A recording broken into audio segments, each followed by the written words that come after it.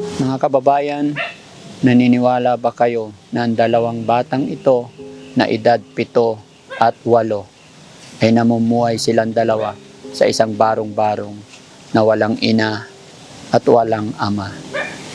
Kaano mga ba kahirap ang kanilang pinagdadaanan magkapatid, lalong-lalo na sa kanilang edad.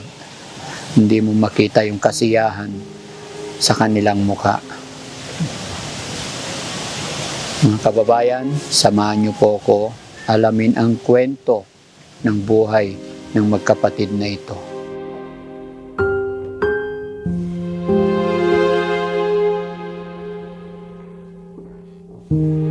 Mariana, sino naglaba? Ako po. Ikaw naglaba? Opo. Marunong ka na maglaba? Opo. Ang galing naman. Sino nagturo sa'yo maglaba? Si mama ko po. Naturuan ka niyang maglaba. Pero ngayon, wala na si mama. Marunong.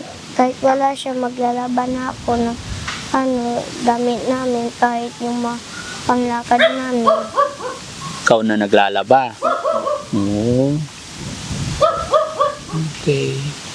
Hindi ka nahihirapan? Hindi po. Sanay ka na. Opo. Ang galing. Sige. Nagsasaing din po ako minsan. Ay, marunong ka rin magsaing. Tapos, marunong ka rin magluto ulam nyo? Opo. Ano? Iklog. Marunong ka. Anong luto?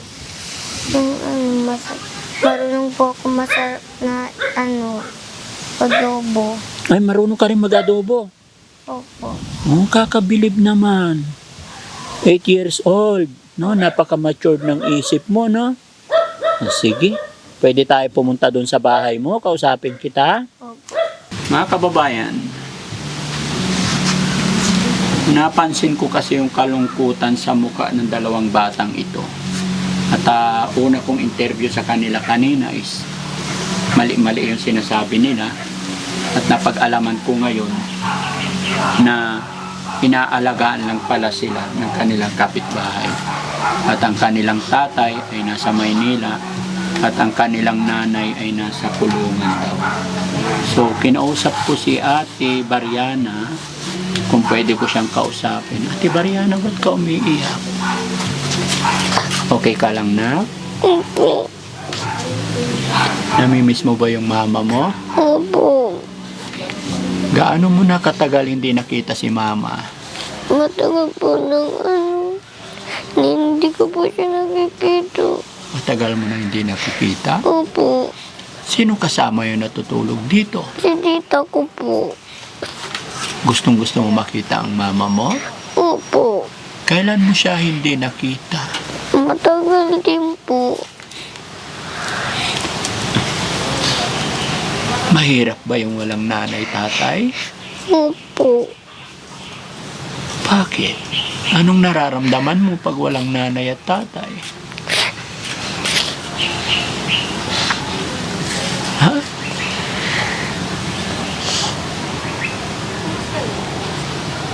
Ilang taon ka na, Ate Bariana? 8 po. 8. Nakakapag-aral ka pa? Opo. Kaya pala magkaiba na yung tsinelas nyo, no? Opo. Iba talaga kasi mag-alaga ang sariling magulang, no? Opo. Ate Bariana, huwag kang susuko, ha? Opo. Magpe-pray ka kay Papa Jesus. Opo. Kaya mo yan? Ha? Opo. Naiintindihan mo na ba yung nangyayari? Ano ba nangyari sa mama mo? Pag napunta kami doon sa Kimi Pulis, doon nagkamotor kami, tapos walang helmet kami, nakulong si mama. Ay, nakulong mama mo. Opo. Anong ginawa mo nung nakulong mama mo? Pumunta po dito para sabihin ko po sa tita ko.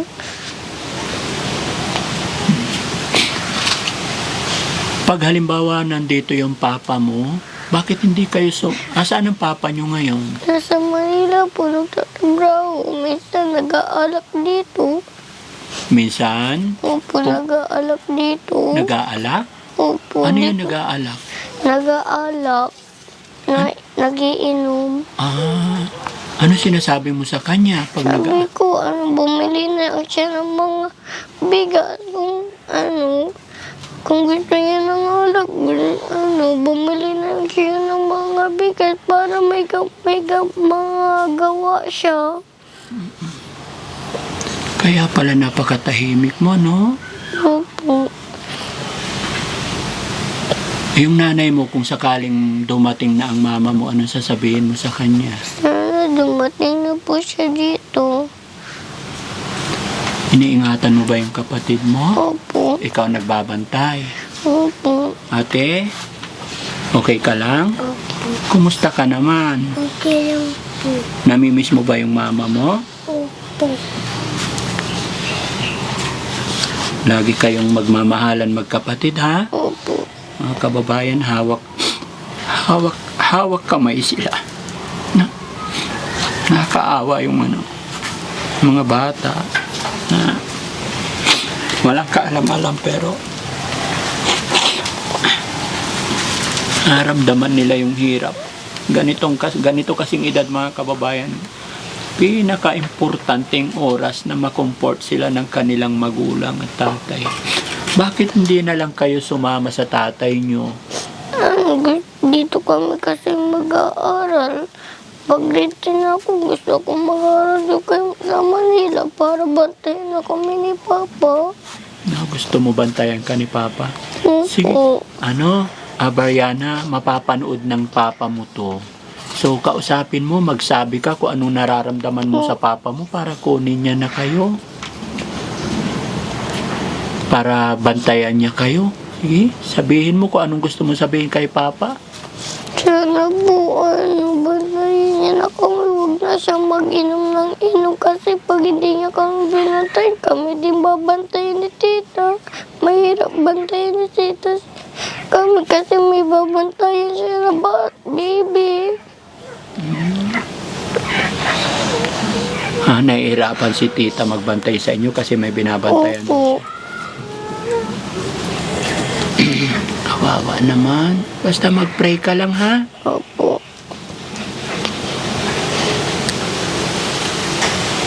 Hindi ko alam kung ano sasabihin ko sa mga bata, mga kababayan. Naawa ako talaga sa kanila.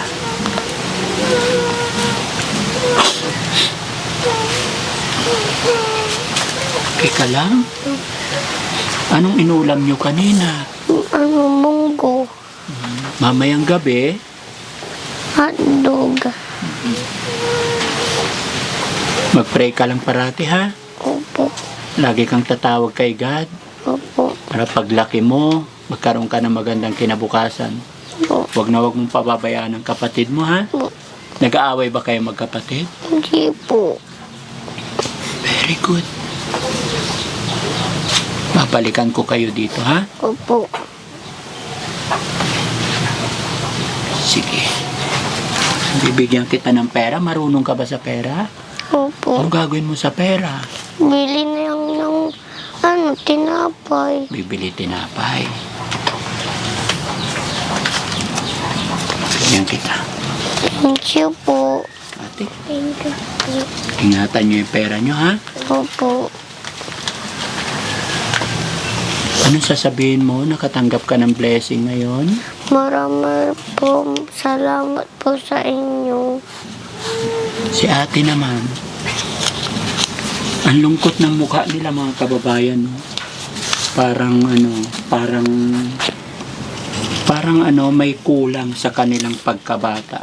Kasi mas magiging maliksi itong mga to kung kasama nila talaga yung magulang nila. Pero, Beriana, Opo. ganyan talaga ang buhay. Opo. Ganyan talagang guhit siguro ng kapalaran natin, no? Opo. Basta laban lang, ha? Okay, magpe-pray ka lang. Okay? Opo. Sige. Salamat. Alis na ako, ha? Opo. Sana makabalik ako dito. Okay, kunin ko lang yung mic na. Kaya pala, mga kababayan, napapalagay aura ng mukha ng dalawang batang ito. Na-miss mo yung tatay mo. Kailan mo huling nayakap yung tatay mo? Sabihin mo sa tatay mo, Tay, gusto kitang mayakap ka mo. Sige nga, sabihin mo nga. Gusto po sa mayakap. Sabihin mo, Tay, umuwi ka na miss na kita. Gusto po kitang mayakap. Gusto kitang makatabi sa higaan. Kamo, dali. Tayo, saan na gusto kita makatabi sa higaan. Namimiss mo na yung tatay mo. Opo. Ikaw ate, gusto mong mayakap yung papa at mama mo? Opo. Si mama, ano sasabihin mo sa mama mo? Okay lang siya. Sana okay lang siya. Opo. Sige. Mabigyan kita pera, pambili ng tsinelas mo, Tignan nyo mga kababayan, pahiram. Tsinelas mo. Yan, pinagtsatsagaan nyo mga kababayan kahit putol na. Yan. Bilhan kayo ni tita ng tsinelas nyo, At itong bahay na to mga kababayan ay pinagawa daw po ito ni Congressman Rachel Baby Arenas. Ayan, ito'y pinagawa regalo sa kanila. So, ibig sabihin, matagal na itong problema ninyo, Matagal na nagka-problema kayo. Sige anak ha, sa laban lang ha, God bless. Sakit sa dibdib mga kababayan. Yan, maraming salamat po. God bless po. Bye-bye natin.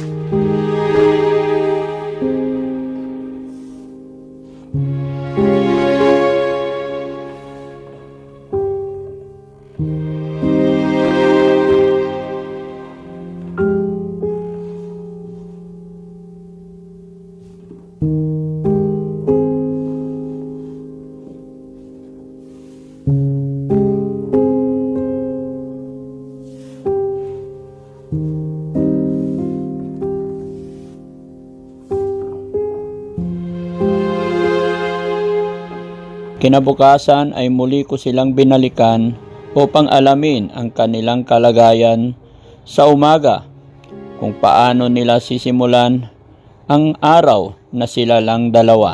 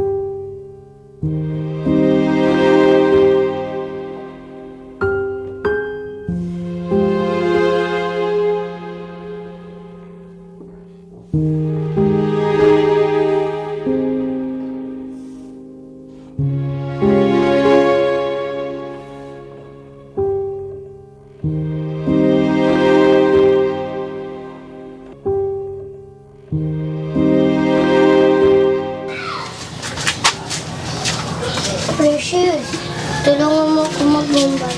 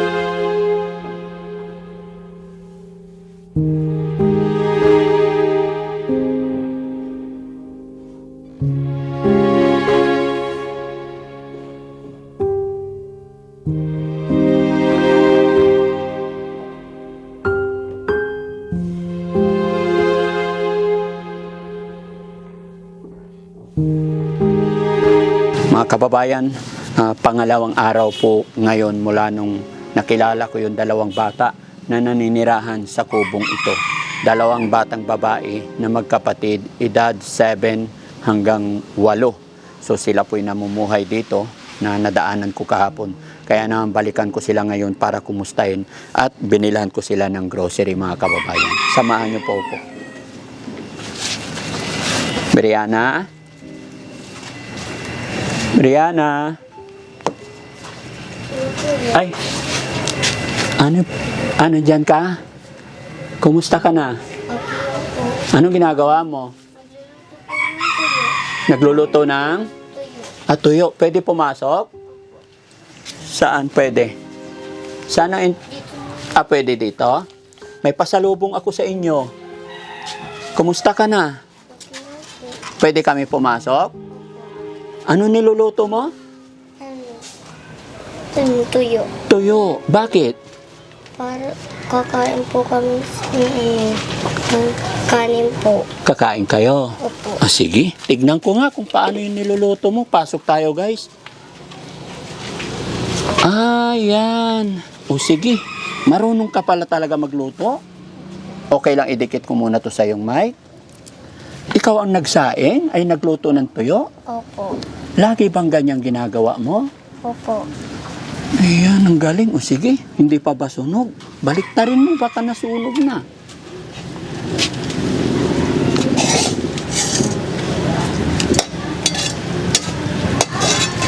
Yan ang ulam ninyo magkapatid? Opo. Asan yung kapatid mo? Andiyan po. Na yun. Sige. Yung mga kababayan, nakakabilib talaga tong si Ate Brianna. Siya po yung sinasabi ko na 8 years old at silang dalawa ang namumuhay dito sa sa kubo, bahay ng kanilang magulang. Ay, natulungan kita. Upo ka. Ano to? Ito yung ulam nyo? Opo. Tanghalian. Ha? Tanghalian to o almusal? Almusal po. Almusal. Anong oras na? 11 na. Ha? Nakapagsaing ka na? Opo. Marunong ka na rin magsaing. Opo. Ang galing mo naman. No? Nakakabilib ka naman ate. Ikaw lagi gumagawa ng ganito. Opo. Paano mo natutunan to? Tinuluan po ako ni Mama. Tinuruan ka ng mama mo. Sige. Buti kumakain kayo ng tuyo. Ha? Opo. Very good. Paypayan natin para maluto maigi.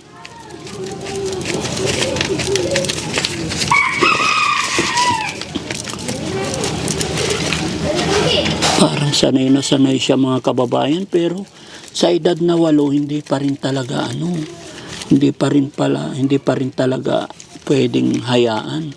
Pero dahil wala silang kasama dito sa bahay, napipilitan sila, mga kababayan, na magluto. Mag-iingat ka ha, pag kayo-kayo lang baka makasunog ka ha. Luto na kaya yan, be? Opo. Luto na. Kuha ka plato para ilagay natin. Ayan.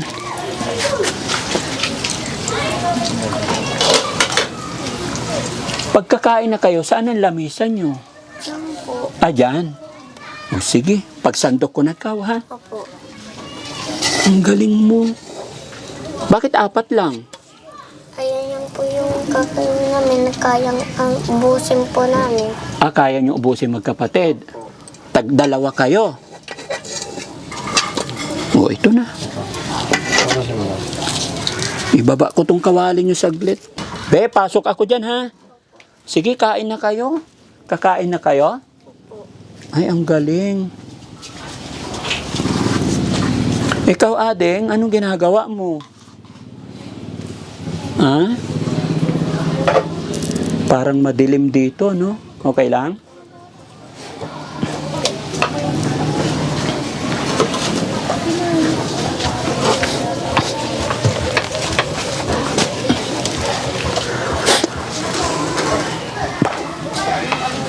Tulungan ko na kayo.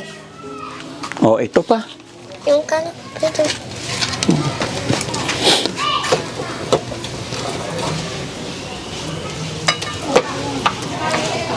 Ikaw ang nagsaing yan, Brianna? Opo. Ang galing naman. Paglaki ng batang to mga kababayan, magaling na to. Tingnan nyo, sa edad niyang yan, nakapagsaing na. Pero Beriana, medyo lata yung sinaing mo. Pero okay na rin. Okay na?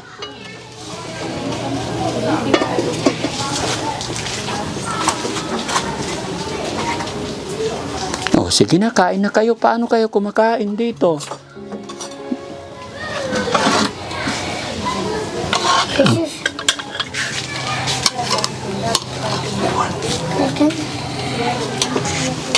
Marunong na magsalita yung kapatid mo, di ba? Opo.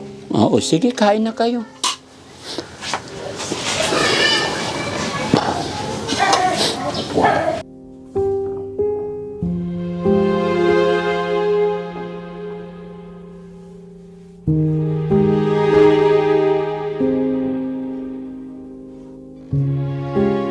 Talagang nakakaawa ang kanilang kalagayan.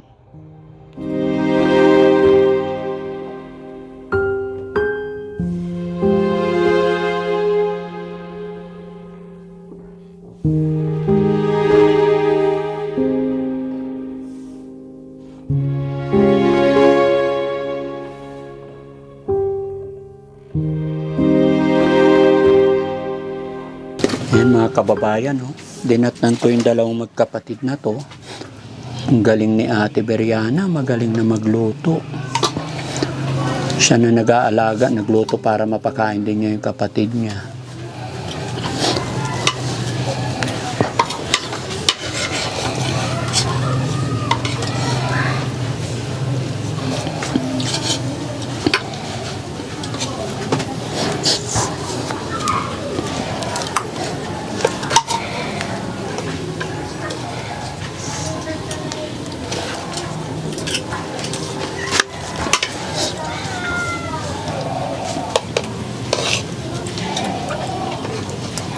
Masarap, Beriana? Opo.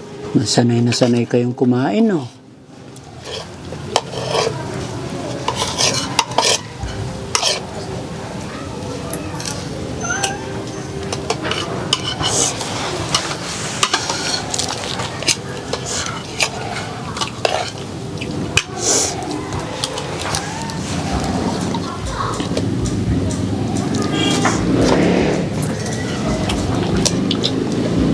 Yan mga kababayan, si Beriana 8 years old, tsaka si Precious 7 years old. Yung tatay nila mga kababayan nasa Maynila daw nagtatrabaho. Kailan uuwi ang tatay nyo? Sa birthday ko po, October 19. Oh, very good. Maghahanda kayo pag birthday mo. Opo.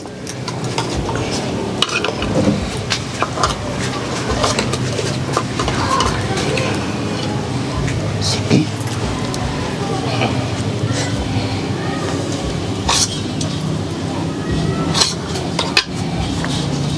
Takaw ni Precious. Precious, okay ka lang? Mahiyain si Precious. Masarap tuyo. Kakabilib mga kababayan. Yung mga ibang bata, hindi mo basta-basta mapakain ng tuyo. Pero itong magkapatid na to, bukod sa sila na yung nagluto, sila yung nakamangha mga kababayan si Beriana kasi ayon sa kanya, marunong na siya maglaba, marunong siya magsaing, magprito. So napapakain na alagaan na niya yung kapatid niya. Kaya lang mga kababayan, tignan niyo yung sinaing niya, medyo nalata. Pero pwede na. Sige, pagkatapos niyong kumain, kakausapin ko kayo. Okay lang? Sige. Precious, gusto mo pa ng kanin? Precious? Kanin pa? Akin na, kuhaan kita. Ako na lang kukuha. Nagutom.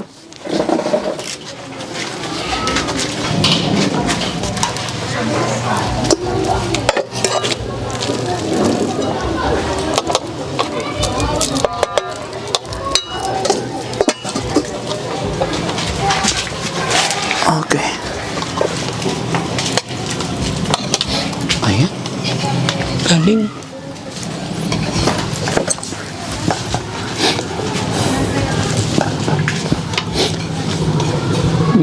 Matured yung isip ni Precious, mga kababayan.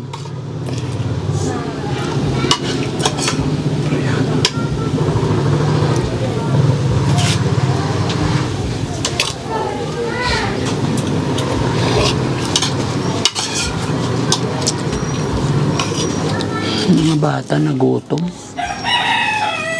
Nakakaawa. Okay ka na? Ang galing. Sige. Tapos kausapin kita.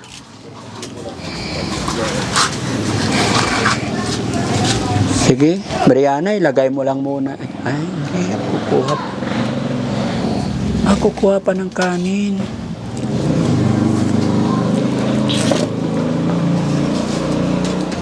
Kala ko tapos na si Brianna. Gutom pa pala.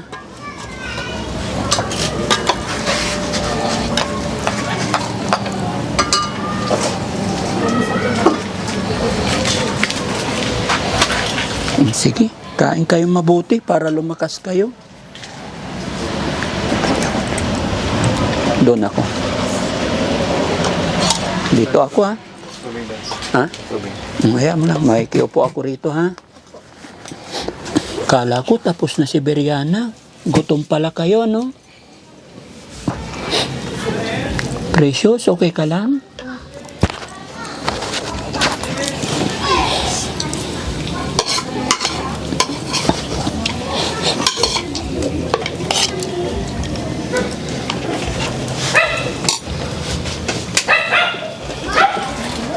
Talagang tagdalawang tuyo lang ang ulam nyo. Opo.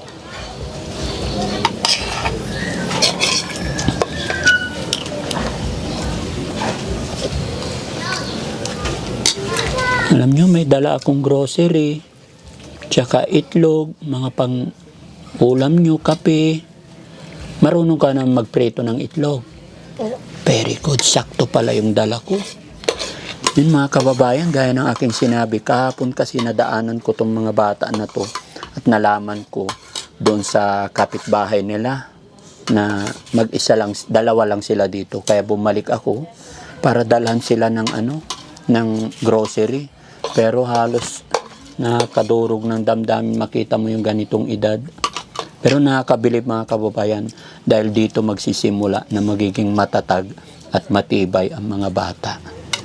Pero ako yung naaawa mga kababayan kasi sa kanilang murang edad, parang mga batang ganito mga kababayan naglalaro, nag-aaral, inaalagaan. Pero nakakabilib din naman sa kabilang banda, nakakabilib si Brianna kasi marunong na. Gusto mo pang kanin, Precious? Okay ka na. Sige. Saan ang tubig nyo? Ay, ito. Paabot ng tubig. Inom ka tubig. O, ito, Precious. Huwag kang matakot sa akin, Precious, ah.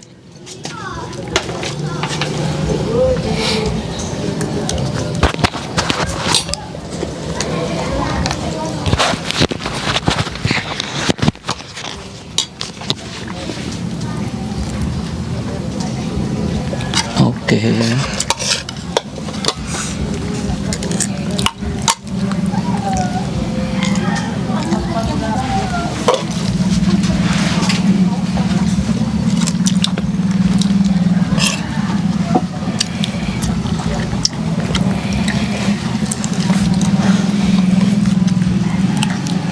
Precious, tingin ka dito.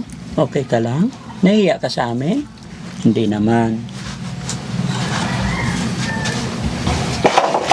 Tubig pa? Okay na. Dito ka lang. Tabi tayo.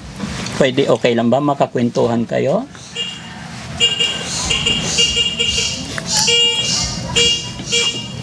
Ano mo kaya mo?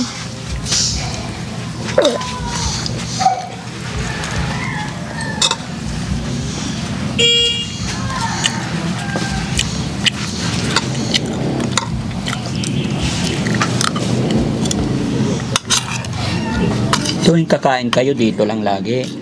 Pag natulog, dito rin.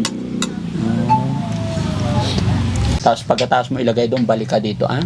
Tapos kuha ka na. O, sige.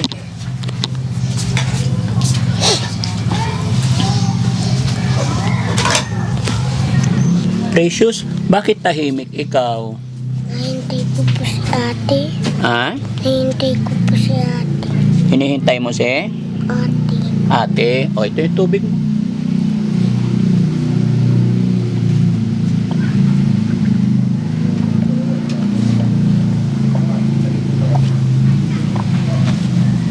Okay.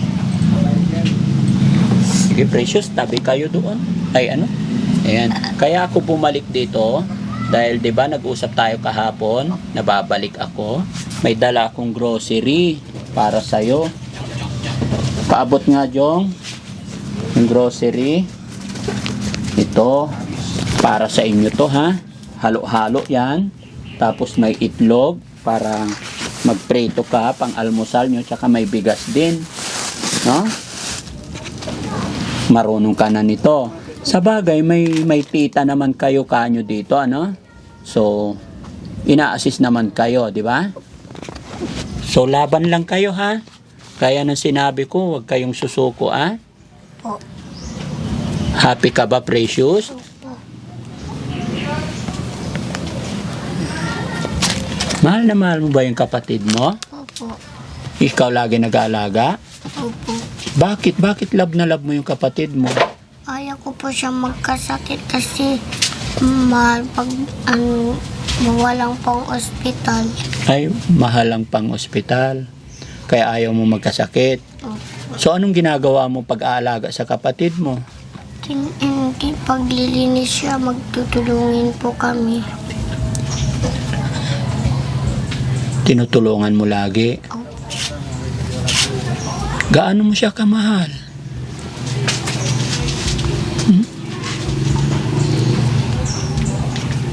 Yes, ma'am.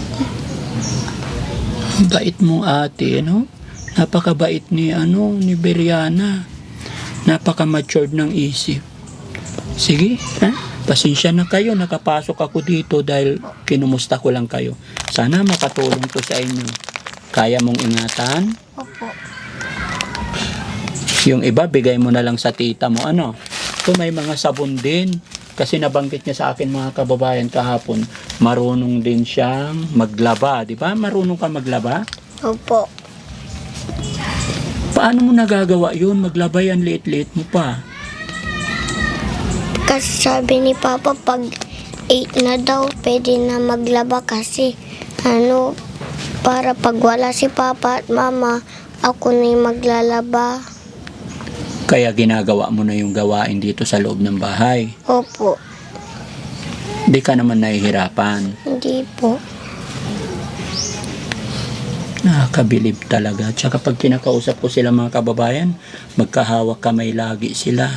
No? Sige, basta. May awa ang Diyos, At babalik-balikan ko kayo rito. Sana makausap ko rin yung papa nyo. Opo. No? Pag nakarating dito, para makilala ko rin. No? Ganun talaga. Sa hirap ng buhay, no? Nagtatrabaho ang papa nyo. Opo. Kaya pala.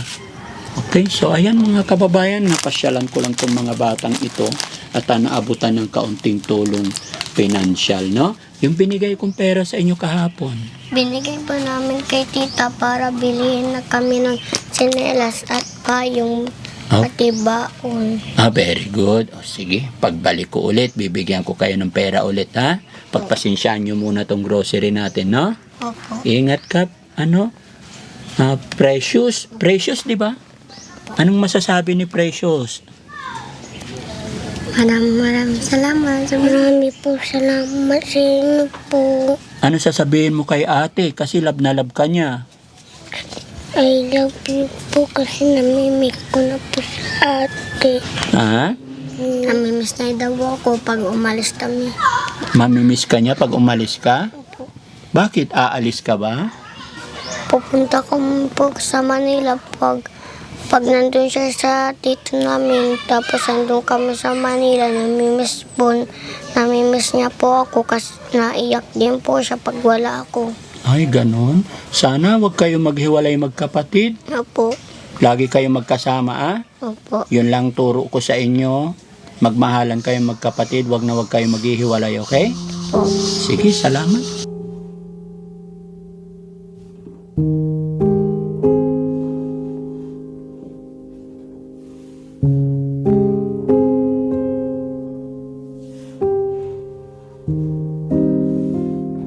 Talagang totoo ang kasabihan na pag magulang ang nagkaproblema, mga anak ang kawawa.